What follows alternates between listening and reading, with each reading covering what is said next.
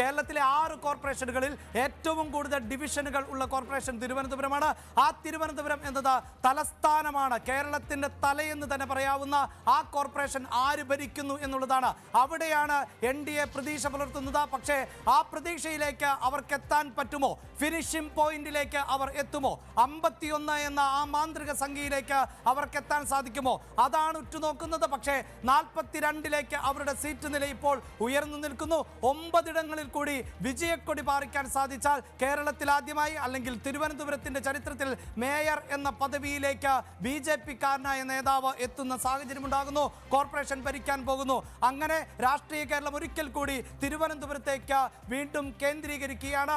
മറ്റു കോർപ്പറേഷനുകളുടെ ഫലങ്ങൾ എന്താകുമെന്ന ഏതാണ്ട് സൂചനകൾ വ്യക്തമായി കഴിഞ്ഞിരിക്കുന്നു. അവിടെയാണ് കൊച്ചിയും തൃശ്ശൂരും ഉറപ്പിക്കുന്നത് UDF. കൊല്ലത്ത് അപ്രതീക്ഷിതമായ അട്ടിമറി വിജയത്തിലേക്ക് UDF പോകുന്നു. കണ്ണൂർ ഇത്തവണയും UDF-ന് നിലനിർത്താൻ പറ്റുന്ന സാഹചര്യം. അതേസമയം കോഴിക്കോട് ഇഞ്ചോടിഞ്ച് പോരാട്ടത്തിൽ LDF മുന്നിട്ട് നിൽക്കുന്നു. UDF-നെ സംബന്ധിച്ചിടത്തോളം 2020 അടക്കമുള്ളവയുടെ അപ്പുറം ഏതെങ്കിലും തരത്തിലുള്ള ഒരു മുൻതൂക്കം പോലും അരിഞ്ഞ് കളയാൻ കഴിഞ്ഞിട്ടുണ്ട് എന്നുള്ളൊരു വലിയ ഒരു അഭിമാനം കൂടി അവർക്കുണ്ടാകും. സ്വാധീനമുള്ള പഞ്ചായത്തുകളൊക്കെ 2020-യെ സംബന്ധിച്ചിടത്തോളം വലിയ തിരിച്ചടി സംഭവിച്ചിട്ടുണ്ട്.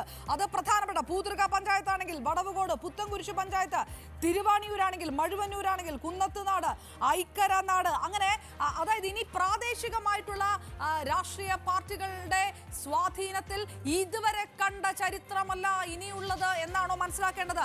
അപ്പോൾ നിയമസഭാ തെരഞ്ഞെടുപ്പ് വരുമ്പോൾ, ഇതാണ് തദ്ദേശത്തിൽ സ്ഥിതിയെങ്കിൽ നിയമസഭാ തെരഞ്ഞെടുപ്പിൽ പഴയ വാക്കുകൾക്ക് വലിയ പ്രാധാന്യം ഉണ്ടാവുകയില്ല എന്നൊരു വിഷയം കൂടി ഇതിനകത്ത് വരും.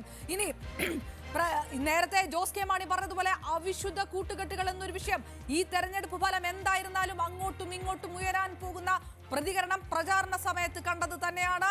പ്രചാരണ സമയത്ത് കണ്ട ജമാഅത്തെ ഇസ്ലാമിയുമായിട്ടുള്ള ബന്ധം, വെൽഫെയർ പാർട്ടി, SDPI-യുടെമായിട്ടുള്ള കൂട്ടുകെട്ട്, UDF-ഉം LDF-ഉം അങ്ങോട്ടും ഇങ്ങോട്ടും ഉന്നയിച്ച ആരോപണ പ്രത്യാരോപണങ്ങളൊക്കെ ബാക്കി ഇനിയും ഉണ്ടാകും.